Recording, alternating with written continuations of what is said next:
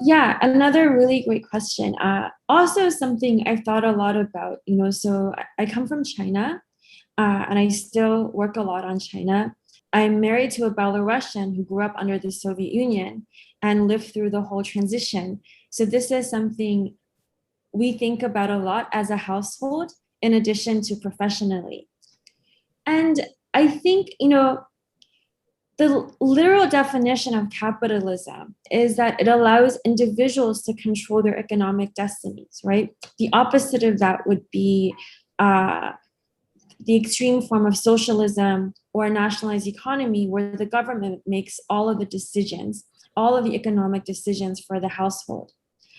So capitalism implies a belief that everyone in society can be made better off if individuals are encouraged and allowed to make money, right? This is like the original form of capitalism.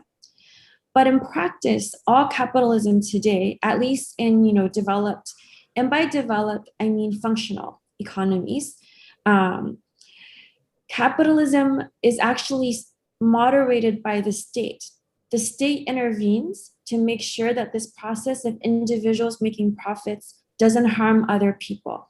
So an example related to what you mentioned earlier is pollution, right? So you want factories to make things, that's good. They provide jobs, they produce things, it promotes trade, but you want to make sure that this production doesn't produce pollution that harms people living in the area. They don't pollute the water, they don't pollute the air. The government needs to intervene and make and regulate.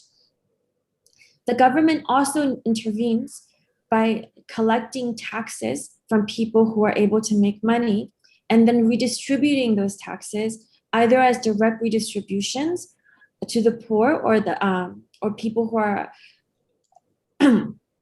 or sorry, people who are less fortunate, or by using the taxes to fund public goods such as schools, healthcare, and roads, which benefits everyone.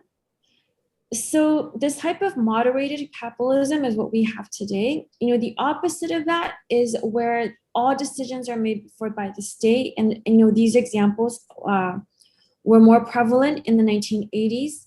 The most prominent ones were the Soviet Union and the pre-reform Chinese government, like China in the 50s and 60s and 70s.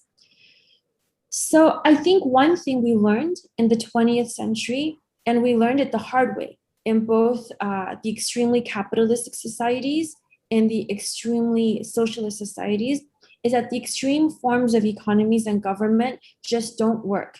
It doesn't work when the government does nothing. Laissez-faire capitalism is not something we want. And it doesn't work when people have no control over their lives and the state makes all decisions. That doesn't work. So I think where we've ended up is moderated capitalism. And I'll end there.